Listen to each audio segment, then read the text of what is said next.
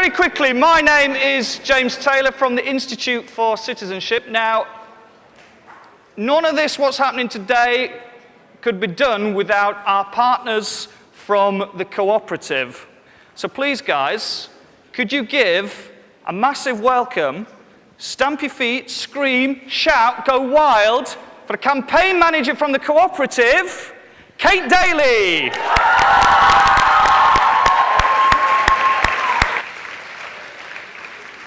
Blimey, I wish I got that reception every day when I walked in the office. Hello, and it's great to see so many of you here today. As James said, I'm Kate, I'm from the Co-operative, and I thought I'd just start because you're probably thinking, what's Co-op got to do with all this? Aren't they the shop at the end of our road, or maybe your local bank, or your pharmacy, or your travel agent?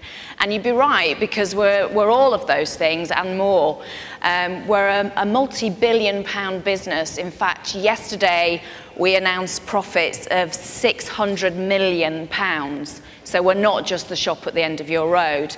But more importantly for us, we are the world's largest consumer cooperative, which means that we're very different to those other shops on the high street, and we've got a very different way of doing business, which is partly why we're here today.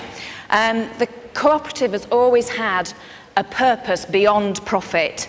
Since 1844, we've invited our customers to join us and to be our members. When they are our members, they have a direct say in how we run our business. So, for example, it's not just an accident that we were the first and we're still the largest supplier of fair trade products in our stores. It's because our members asked us to do it and because we knew it was the right thing to do as a cooperative business. So our members have a say in how we run our business and also how we spend our profits. For the cooperative, our profits are also a means of giving something back to those members. So we don't just give vouchers to members that use our businesses, we give them cash, but also to the communities in which we operate. So in 2012, we'll be investing 10% of our profits back in the communities in which we operate. Democracy sits at the very heart of our organisation. At 16, you can pay your pound along with anybody else and join us and become a member with fully fledged voting rights, just like any other adult. And that's the difference. We see 16, you're an adult just like the rest of the adults out there. We've been giving 16-year-olds the right to vote in our organisation for the last 100 years. We're also an organisation that's committed to social change. So we're backing the campaign to lower the voting age to 16 in all regional and general elections. And if you're interested in finding out more about votes at 16 and what it means and what it does, and also the chance of winning an iPod Touch, check out the Votes at 16 stand in the foyer. It'll be there in the break and at the end, and I'm sure Fahim and Aisha will be able to help you out. That share of profits I mentioned supports our community programmes, like our Inspiring Young People programme, which you've seen some of the banners around, and it's mentioned on the slides just there. We want to help inspire young people like you to change your world through active citizenship, to enable you to shape the decisions that are made today that will define your futures. Decisions that, like the change in the voting system, decisions like the AV Referendum. When the country goes to vote on the 5th of May, once again, 1.5 million 16 and 17-year-olds will be denied the chance to participate in their democracy, to speak out to government, to get your views heard and to be counted. You'll probably be old enough, you'll probably be 18 and old enough to vote in the next general election, but you're not being given a chance to say today in how that vote should be made.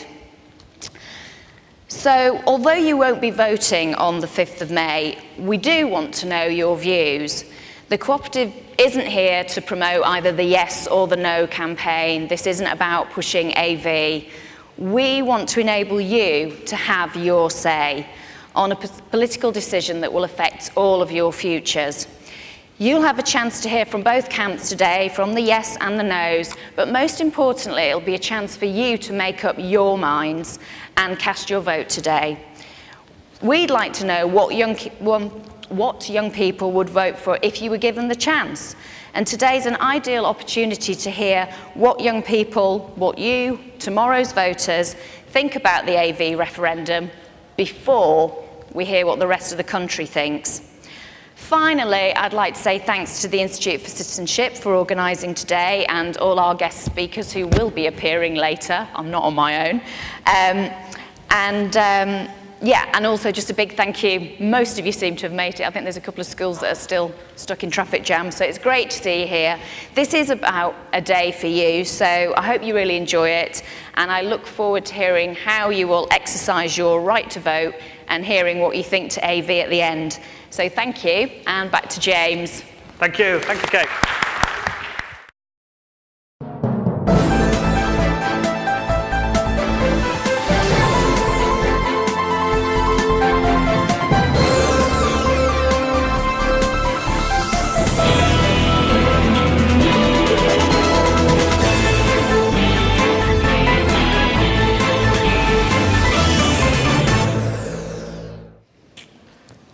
Good afternoon and welcome to the Young Citizens Say Question Time event here at the Emmanuel Centre in the heart of Westminster. I'm delighted to say we have a diverse and highly talented panel here to answer all your questions. So, wasting no more time, I'll introduce the panel to you. We have Mark Harper, Conservative MP, to my right, Minister for Political and Constitutional Reform, no doubt busy trying to engage people in the forthcoming referendum, one way or the other. Sitting next to him we have Ashleigh Ansley, Chair of Lewisham Young Advisors, assisting the young Mayor of Lewisham on how to spend his money. I have Precious next to me, who is a sixth former, I presume from a local school in South London. Wes Streeting, sitting next to her, a Labour councillor and former president of the National Union of Students. And finally, the Liberal Democrat MP, Simon Hughes, deputy leader of the Liberal Democrat and also a former president of the NUS, I believe. Now, let's go to our question number one, and that is from Ashleigh Ayuba Kuwa from St Francis Xavier College. Your question. What is the point of increasing tuition fees when the majority of graduates will come out of university with no jobs, having to depend on the welfare state? Well, without wanting to be too predictable, let's put that question first of all to Simon Hughes, because the Liberal Democrat Party was very much associated with not wanting to see an increase, certainly before the election, in tuition fees. I'll stand up only because I can see you better, if that's okay. Joe, you're right. My view has been that it would have been better not to put up tuition fees, and I fought the election on a plan over 6 years to get rid of them. So that's what I would have liked to have done, but we didn't win the election, and bluntly we were stuck. We had two other parties, Tories in favour of fees, Labour had introduced fees and put them up, so we were stuck. Now, what's the point? The government would say that these are fees that you only pay when you graduate. You only pay and start to pay when you earn 21,000 quid a year. You never have to pay if your salary income drops below that, so if you stop working, or in your case, if you don't start working, if you don't get a job, you don't pay anything. And most people will not end up having to repay in total, because after 30 years repayments stop. The reason the government went down the road is to get more money in for universities, and the argument was that the present system, that in the past we all paid for university, even if nobody went to university in our family, is a fairer system if those who go pay back more. And I'll just leave you with this thought: if you're lucky enough to go to university, on average, over your lifetime, you're likely to earn more than £100,000 more than the average person who doesn't go to university. But Simon, can I just say today you've said that you will still fight to get rid of tuition fees in the future? That's Liberal Party policy. Liberal Democrat policy is to get rid of tuition fees. That's our wish. In the present economic climate, we haven't been able to deliver that. So my present job is trying to persuade people, please don't not go to university because of fees, because actually it's not a bill up front, nothing you pay when you're at college. All right. You only pay it later. Well, let's ask Precious next. Has the decision to allow universities to increase tuition fees, has that changed what you might do in terms of going on to higher education or university? Yes, in terms of going to university, I'm no longer going because statistics shows that even though you go to university, there's no highly chance that you're going to come out and get a job. So how are you expected to pay back all that money when there's no chance of you getting a job to pay back the money in the first place? You don't have to pay if you don't have a job. Well, but So where would you get the money to live on? If you don't have a job, you get your money from the benefit system, you get unemployment pay. Okay. If you earn a salary or a wage under 20,000, you don't pay a penny. If you start earning above 21,000, you start paying a bit back off your fees. Even though you earn benefits, there's a likely chance that you might just stay on because that's a better way of living than to actually get a job. In that case, you'll never pay anything back from your tuition. But doesn't that blacklist you? No. Okay. Can I just then go to Mark Harper? I mean, your party was very much in favour, in the main, of supporting and allowing universities to charge high fees. But Precious's point now is that jobs are going to be much harder to find over the next few years. If it isn't a guarantee to getting a job, what is the point of going to university?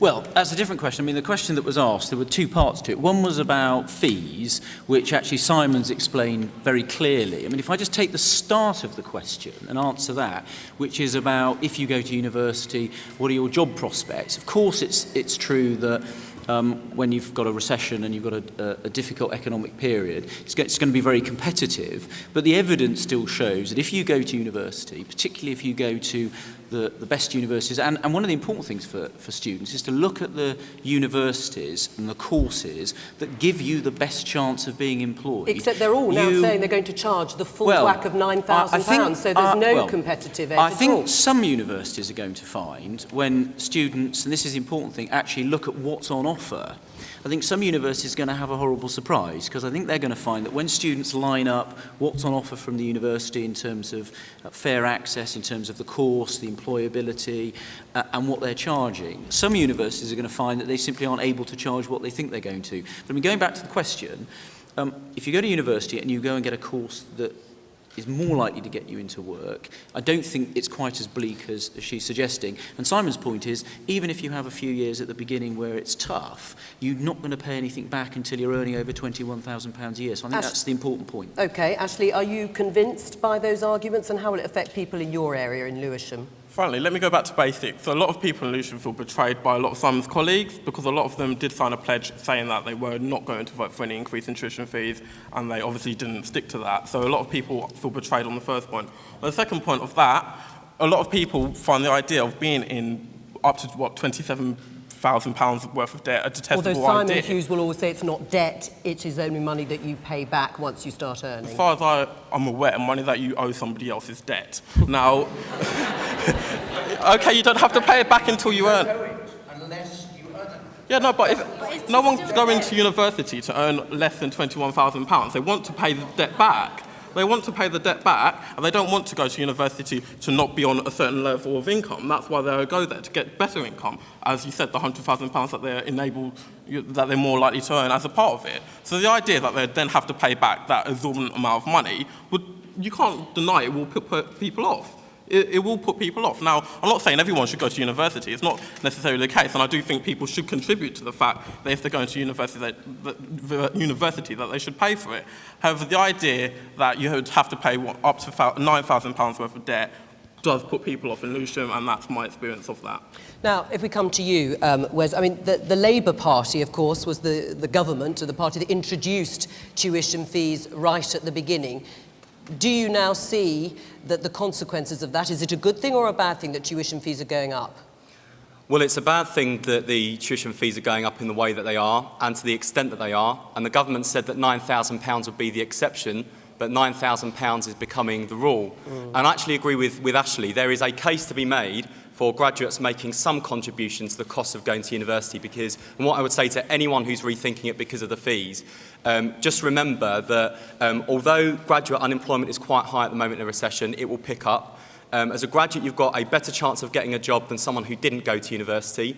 You have the opportunity to spend 2, 3, 4 years of your life meeting new people, experiencing new opportunities in education that you otherwise wouldn't have. So going to university is still a fantastic opportunity, and you should think really seriously before allowing the fees to put you off. But Simon says that the Liberal Democrats didn't have a choice because they didn't win the election. No one party won the election, and had the Liberal Democrats voted with Labour MPs, tuition fees of £9,000 would not be a reality this autumn. And that is the choice. That is the real choice.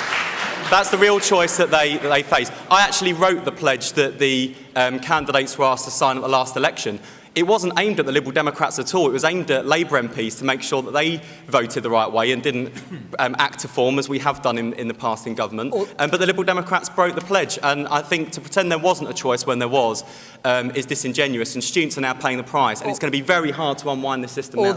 Although, of course, as you say, the Labour Party did support the idea of contributions from students at the outset, and that started it. Can I, Simon Hughes, I mean, you should answer that claim anyway that's being put to you by Wes, but also this problem that is evolving, that a lot of institutions are now wanting to charge the full £9,000, and that is a headache for the government. Okay, both points. Wes is right that a load of MPs, including me, signed a pledge to vote against any increase, not to support. I didn't support in the end, I abstained. The reason that things had changed, though, was that when the election happened and no party won a majority and a coalition was negotiated, the coalition deal did not allow for people to vote against whatever the recommendation was. So, if you like, it came after the pledge. We had a difficult choice, Joe. I've been straight about this in many meetings. Either we could have honoured our pledge, and some of my colleagues did, or we had to honour the coalition deal with the Tories, which was on a whole range of stuff, including this. The answer now to your question, there are 165 universities in England, and it is meant to be the case, the government hoped it would be the case, that only in exceptional cases would they charge 9,000. The first ones to announce, most of them have said they want to charge 9,000. My challenge to all of them, including today on the television, was to show that the real costs of your courses are 9,000. The truth of the matter is, for most universities, the costs of their courses are not 9,000, and they are therefore using the new law to charge more than actually they need to recover their costs. Can I just go back to the questioner briefly? Ashleigh, do you want to say anything now you've heard the answers from the panellists following your question? Okay. Basically, you had to pay back when you start working, but I thought when you start working, don't you get interest on top of that money you've already accumulated? You get to pay back interest as well, so you're basically paying more than £27,000 altogether. Yes, because you're paying it at rates of interest. I mean, just very briefly, Simon, can you just explain what happens in terms of rates of interest once you start paying at £21,000? You're right, interest is charged, but under the present system, everybody pays the same amount back, if you do the same course. Under the new system, if you end up with a wage of £25,000, you will pay less than the real cost of your course. If you end up with a wage of £100,000, you will pay much more than the cost of your course. So it's actually a charge that you will pay more of if you earn more. I think that's a fair system. The higher the wages you've got, the more you can afford to pay. I think that's an improvement. Let's move on to question number 2. Carla is going to ask this question. If you stand up for us, Carla. Why did the UK get involved in the conflict in Libya? And additionally, would you agree that this contributes to demonisation of Islamic traditions in the West? I'm going to put the question to Mark Harper. Why did Britain get involved in Libya? Well, it was very simple. It was to prevent, largely in Benghazi, but elsewhere in Libya, it was to prevent thousands, perhaps tens of thousands, perhaps hundreds of thousands of people being slaughtered by Gaddafi's regime. We went about it, I think, the right way. We had a debate at the United Nations. Britain was one of the countries that led that process. We had a United Nations Security Council resolution authorising us to take all necessary measures. The day after that was authorised, we had an emergency meeting of the Cabinet. The Prime Minister came and made a statement that day to Parliament. The Attorney General presented his legal advice in full to the Cabinet. And then that was on the Friday, and then on the Monday there was a full day's debate in Parliament with a substantive resolution which the Prime Minister led, which he took interventions from all sides of the House, and there was an overwhelming vote in Parliament by 557 to 13 supporting the action, and it was supported by all the parties. So I think we took We took the right decision in the right way. It's not about regime change. It's not about demonising anybody. Although it was about Gaddafi could be targeted inadvertently in terms of protecting civilians. It was about the resolution is both very wide in the sense it gives us the authority to use any necessary measures, but it is also limited in the sense its purpose is to protect civilian life in Libya, and that's what we're doing. And just to take your argument through, does that mean that Britain will be getting involved in Bahrain, in Yemen, in Syria in order to protect the civilian populations there?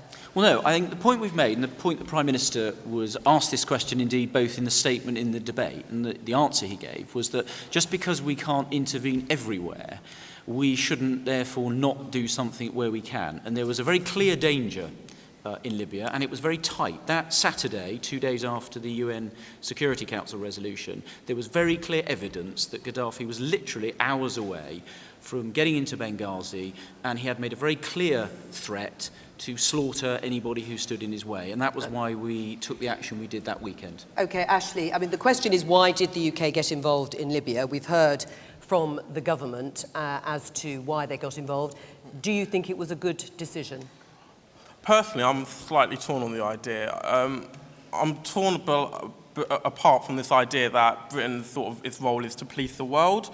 I'm not entirely sure, because the argument has been, well, if we're getting involved in Libya, why aren't we getting involved in Bahrain or Yemen or Syria or Zimbabwe, or the list could go on and on and on. And my idea that it's sort of our role to always lead the world in this direction, in this direction, in this direction. I mean, we're not exactly the best placed country to do this job. And although the humanitarian side of me says we shouldn't allow people just to be innocently slaughtered, I am slightly worried about the idea of where does the line end? Where do we stop getting involved in, where do we start getting involved in protecting civilians and stop, running their country? And where, if it happens in Libya, why not Yemen or Bahrain? Where are these, where does it stop? So you're saying you're uncomfortable or unsure about the action in Libya? Yeah, I can't be drawn one way or the other. I'm not particularly comfortable with either idea, though, to go in or go up. Precious, what about you? Are you comfortable with the idea of this country being part of military action in Libya? No, because it's a civil war. Why do the UK have to get involved? Why can't you get involved in sorting out your own country and what's going on within it and the problems within it, rather than going somewhere else when we have a big deficit to pay off? Well, Simon Hughes, that is a point that's often raised in connection generally with aid that's given abroad. We have got enough problems here. And actually, David Cameron said fairly memorably before the election that he wasn't going to be like Tony Blair and be an interventionist. And within months of coming into office, we're in Libya. Yes, Joe, but unlike some colleagues, my answer to Carla's question is that even though clearly it costs us money and it's expensive, we absolutely have been right to intervene. Absolutely right. I'll tell you very simply why, and I can personalise it. 3 weeks ago, a friend of mine called Paul, who has worked with me, who is now a journalist for the BBC, came back from Libya. And he was clear, he did the Panorama programme, which was on the TV last Monday. He was clear that if somebody didn't intervene within days, there would be a bloodbath in the city of Benghazi. And I take a very simple view, that lives far away, whether they're Muslims or Christians or Jews or of other faiths or none, which are about to be taken by their own government in genocide, are lives worth protecting. And I treat them as my sisters and my brothers. And as long as we act in the international law context, which we did, then we're right to intervene. And I would intervene in other countries to protect people from genocide. In the past, we have failed sometimes to do so. We've watched people slaughtered, and I have to say that's been completely unacceptable. Walking by on the other side is not good policy. How long do you think we're going to be there for, Simon? Are you prepared to keep funding this for months and months and months? Well, nobody knows, Joe, how long we're going to be there, and obviously the difficulty is that Gaddafi, although his army is being kept on the ground and he can't use his air force, of course has the military machine, and the rebels have no machine. There's no rebel army. They're people like your parents and me who are there with guns, teachers and ordinary people who've decided to rebel. So there will have to be a ceasefire, and then I hope the Arab world, to pick up your point, will lead the negotiation for a democratic successor to Gaddafi. Gaddafi is a tyrant. He has killed his own people. He needs to be got rid of. But that must be negotiated in Libya, supported by Arab countries around Libya and the rest of the world. Wes, I mean, on that basis, there is an arms embargo. Would you favour arming the rebels, which is something that has been discussed politically? I think this is where the slippery slope question arises, and there's a danger that the UK gets further and further drawn into this conflict, and that the parameters haven't been clearly defined from the outset. Labour is the opposition party in Britain, but there are occasions when the government is doing something where you think it's right, and as a responsible opposition you have the obligation, I think, to say to the government that we support you and we agree with you. So far, the Labour Party and my leader, Ed Miliband, has supported the government in intervening in Libya because this is not a civil war scenario. This is a state and a dictator using the weapons of a state against his own people. So in that context, there are people who are fighting for a better Libya, but they're fighting with kitchen knives and small armoury against aircraft and heavy weapons. And that's why the no-fly zone was so important. As for whether or not we start arming rebels, I think we just need to look back over history, and Western governments have a very bad experience when it comes to arming one side of a conflict. Let's not forget that the West heavily armed the Taliban against the USSR, and look what the Taliban did to Afghanistan before we eventually went to war with that regime. So that's why these questions are not straightforward, but I think fundamentally, where you can intervene, where you can stop genocide, we have a responsibility to act. Can I just take some comments then from the audience? This gentleman here, have you got a microphone? Mr. Harper, you didn't answer my colleague's question there. She asked you, why did you get involved in the foreign policy and foreign affairs? You said, definition, you went there because you wanted to go there. You never asked, why did you go there? You never answered. She asked you, why did you interfere with me?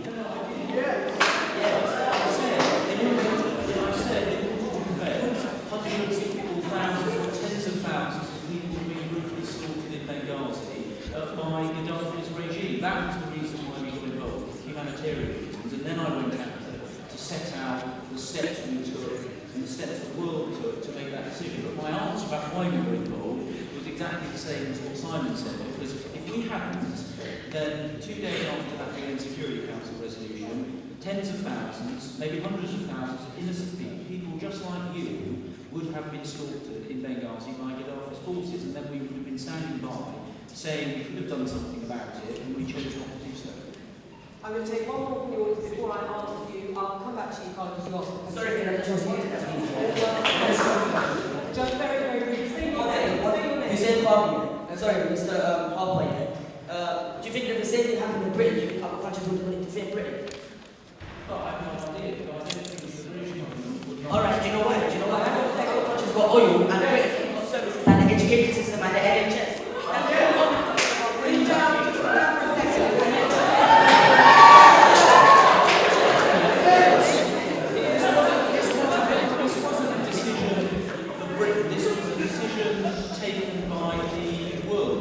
Security Council, backed by the Arab League, the African Union, the regional powers. And I think coming back to the point about are we comfortable about it, I don't think anyone's comfortable about it. You're never comfortable about deploying your forces. But this is a very difficult issue. But ultimately, we didn't think we could walk on the other side when innocent people were being slaughtered. And that's why the world decided to take this action. And Britain was one of the countries, with our very good armed forces, very well positioned to take the steps necessary to do it. Can I just ask, if you've got your voting cards, your yes-no cards, can I just have a sort of show of hands? Who is in favour of the UK action in Libya? Okay, well, it's about half and half, unless I... Yes, I think it is about half and half, isn't it? Interesting. Slightly more yeses? Are those? Oh, I'm being told by my government representatives, who obviously count much more quickly than me, that there were more yeses than nos. Can we move on to the next question? In fact, I'm going to move on to question number 4. Victoria Dupade, before I come to the final question. Can you stand up and give us your question, please? My question was, is it democratic for government to make decisions such as the dismissal of EMA when the citizens it affects are unable to vote politicians to represent them in the House of Commons? So shouldn't the age be lowered, basically? Yes, OK. Ashleigh, is it democratic? So basically... The government made a decision to abolish the educational maintenance allowance, affecting people who don't have the ability to actually vote. Is that democratic or not?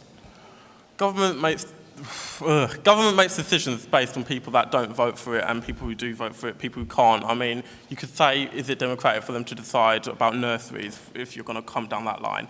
On the EMA issue, I'm personally not opposed to it being scrapped as long as what it's replaced with is a better alternative. And what did you think of the replacement? I didn't think of the better alternative, so therefore I think there's something problematic on it. The idea that perhaps schools would have a pot or a budget that they could allocate to their students screams problems to me, because you have schools with better admin departments, you have schools which will have teachers which might say, oh, you're not going to get your EMA this week because you didn't hand in your homework. Well, if you weren't on EMA, you might be able to get, you might not have that problem. You'd have people going to colleges where they could afford to go and not necessarily where they get the best education, simply on what the college is offering them financially. I don't think that's particularly the best way forward.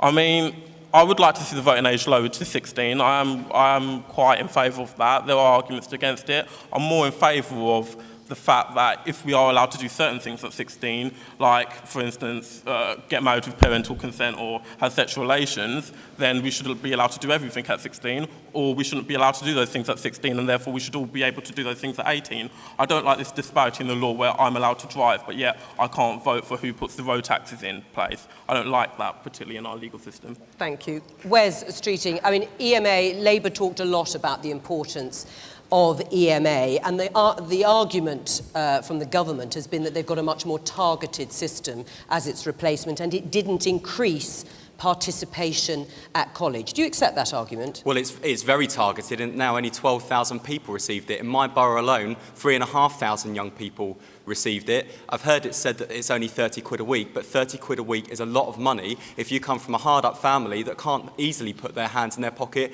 to pay for your bus to and from college, or to pay for your lunch every day, or to pay for the course materials that you need. And I can't believe the government.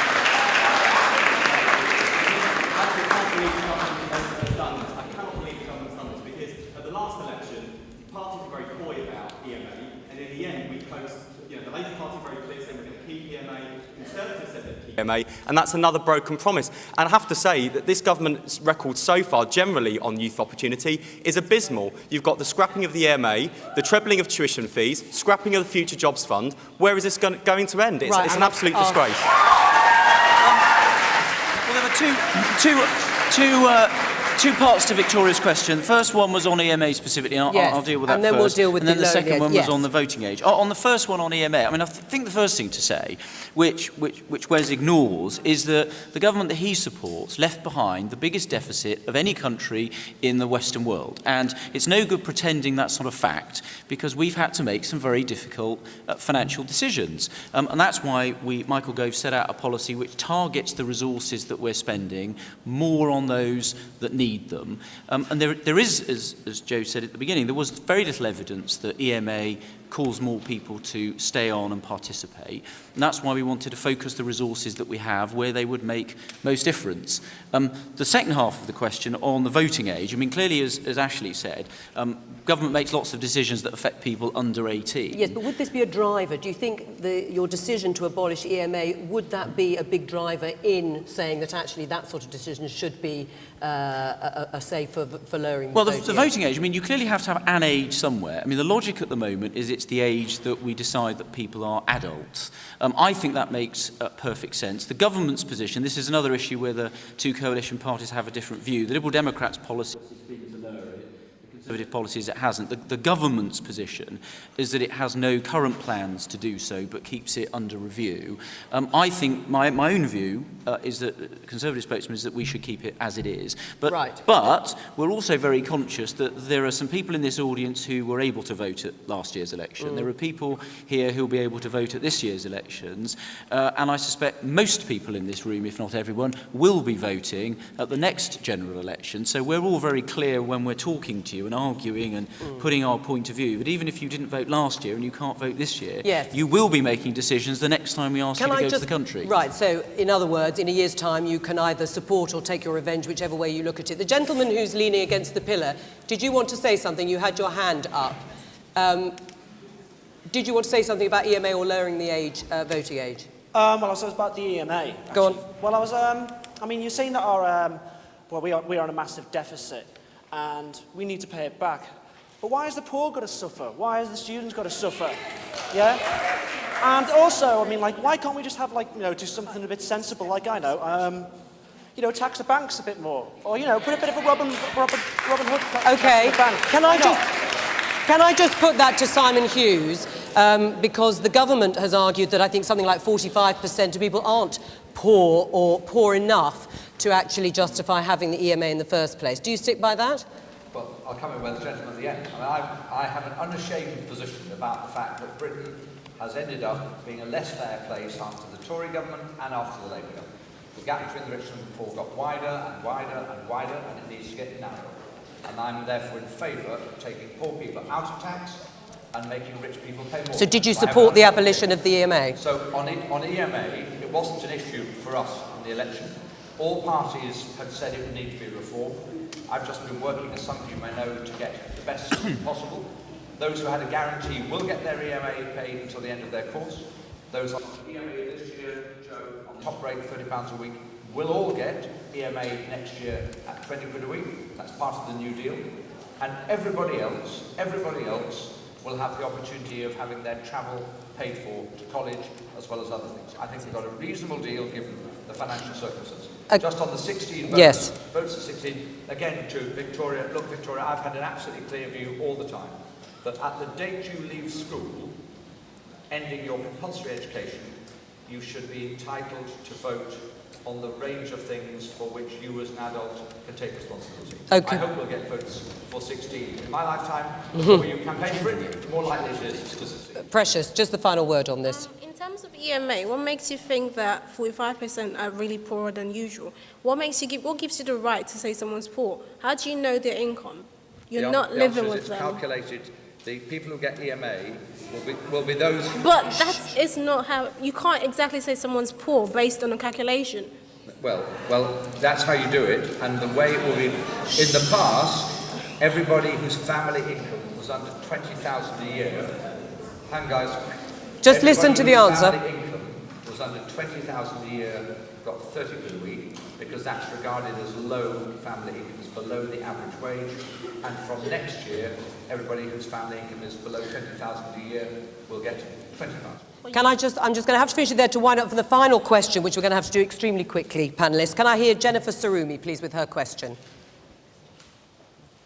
Where is she? Where are you? Oh, there you are. That's right.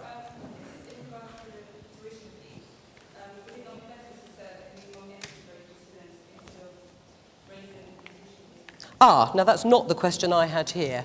The question I hear here is David Cameron suggesting to find out how happy the nation is. Why don't you ask that one? Well, we've had a lot to issue. Ask your happiness question.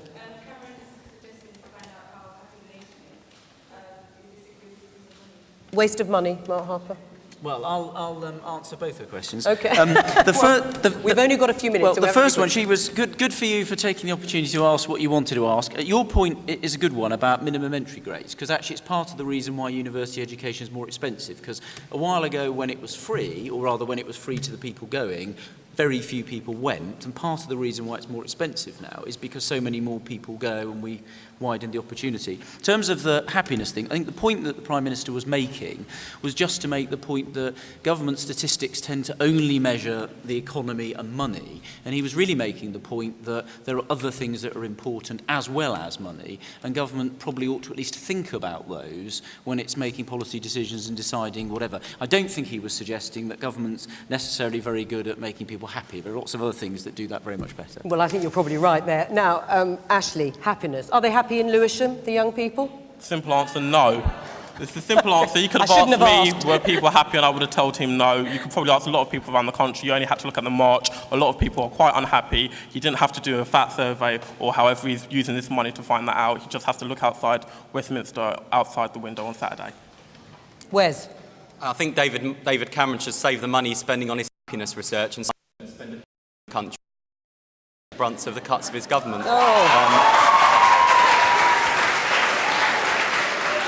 Simon, are you happy Are you happy being in coalition with David Cameron, finding out how happy the nation is? It wasn't my natural choice. Yeah, you- but the answer is that being in government is better than being in opposition. Yeah. We've been in opposition for 60 odd years. The answer to the question is, it's actually quite important to see how happy people are. There are 1 or 2 countries that do it as a matter of regular measurement, Nepal or places. And really sadly, the figures showed up to last year that we have some of the least happy and least safe young people in any of the developed world. And if you don't measure that, you don't know that. If you don't know that, you can't do anything about it. And one of the tests for me will be at the end of 5 years of government. Are young people happier than they were when this government started? And I spent all my life trying to make sure that the answer to that question is yes. Well, Precious, you get the final word on this. I mean, Simon Hughes' point is a valid one. How can you know where to go with your policies if you do not know how satisfied or how happy a country is? Okay. Young people are not happy because you've made a lot of changes to a lot of things and you've broken a lot of promises. So you can see from the protests that people are no longer happy. People are losing their job. People are doing a lot of things. They are not happy. But isn't it worth then having a certain... It's not. You can clearly see it. There's no point in wasting more money in finding out something you already know. One final answer at the back there. To the gentleman with the folder. I mean, seeing as we're on the topic, should the coalition be trying some private sector stimulus measures to get the economy moving? Surely there shouldn't be cuts only. Wouldn't that just be all sticks and no carrots? Okay, anybody else want to... Yes, the lady here. Oh, no, just a bit behind. That's it. I just wanted to make a comment on everything I've heard here. I've just been sitting here just absorbing everything in. And what it seems to me is that there's a side over here that thinks they're right, and there's a side over here that thinks they're right. So obviously there's something gone wrong if 2 people think that they are right. And the problem is miscommunication from the government down to the people who policies actually affect. Fair enough, politics is about finding common ground. And you said you have to, we're in a deficit, it's obvious, and you say your solution to it is raising tuition fees, but you have done nothing to communicate that to the community, what there is in place. You're taking away EMA. That's not incentive, that's survival money for most of us. And if you want to reduce it, fair enough, we're in a deficit. You need to do that, but you need to communicate back to the community what you're doing, otherwise you get 2 camps. Well,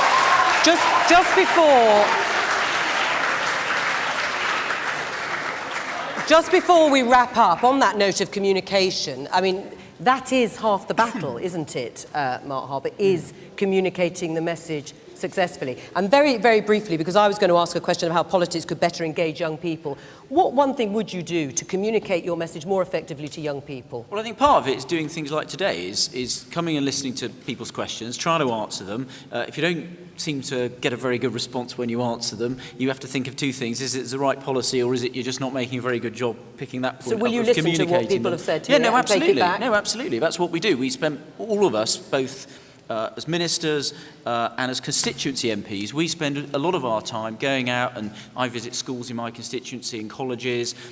You get lots of questions, you listen to people's viewpoints, and you have to balance the different views that people have got. It's not always easy, because there'll be people pulling in opposite directions, and we try and do a better job at communicating. Wes, what one would think would help engagement in young people? Politically, that is. Well, one of the reasons I support votes at 16 is to try and change people's attitudes, because, and this is a point that's common across all parties, politicians knock on doors asking people for their votes. But when the door opens and it's the parents at the door, they get the conversation, they get what are you interested in, what are your concerns. If one of the sons or daughters answer the door, the first question is, can I speak to your mum and dad? And I just think if more young people had the vote, if more young people use their vote, then politicians be more interested in what they have to say. And I think changing that culture of politics is really tough, because politicians are ultimately after votes. Now, but that's a culture we need to change. Precious, you're here. You've taken part in this event, talking about politics. I mean, what other things would engage you and your friends a bit more in politics? Educate young people from a younger age about politics and go, Who speak should to educate? them. The politicians? Yeah, or the politicians should actually go and speak to them and ask them what the problem is, rather than assuming that you actually know how young people feel and what affects them, because you actually don't. you've actually really, honestly, you don't. You have to be a young person, live a life of a young person, even though, yes, you may have, but however, you grew up differently to the young people we have these days. So therefore, you can't necessarily make decisions that affect them. I mean, there are a lot of new young MPs. Do you think that'll make a difference? I mean, the House of Commons looks so very different to when I started covering politics 10 years ago. It's a lot younger than it was. In fact, I'm getting old. Maybe you're just do you think, older, Jane. yeah. do you think that is one thing that might help engagement in young people? Politics has got a hell of a way forward. You look at the whole role model idea. A lot of people who, they can't associate with their local MP. They see a lot of they see the people who are running the current parties, and you can't really tell the difference between a lot of them until you can see that person who grew up how you grew up, who understands your concerns, who lived how you lived, representing you as a person. You always have that gap between you and them, and in order to get that gap, to reduce that gap, you've got to have people who know what they're talking about and who have lived how the people who live to go and do that job in politics. Simon Hughes, you've represented your constituency for many years. You have sat in many of those surgeries in a part of London not very far away from here. Do you think that is true, that the House of Commons must still better reflect the community it serves? Yeah, we're still not representative. Half of Britain, more than half of Britain are women. We don't have anything like the same number of women in politics. So please, young women here, think, if politics is a career for you, we need you. We're still not representative in faith. We don't have representatives proportionally of all the faiths. If you come from a minority faith, please think, can you be representative? We don't have enough black or minority ethnic people in Parliament. There's about 1 in 10 in the country, that's not what we have in Parliament. If you come in those categories, please think it's politics for you. So at the end of the day, the remedy partly is with young people here, but the very fact they're here, Joe, means that you are engaged, you're in the process. And the answer to the question is, I agree with Wes. I think talk to young people. If people in public office talk to young people first rather than their parents, and make sure that every year 9 is a place where every politician is willing to go until the people in year 9 at least let them out without wanting to have a go at them anymore. Thank you very much. Can we say a big thank you to Simon Hughes, Wes Streeting, Precious, Ashleigh and Mark Harper.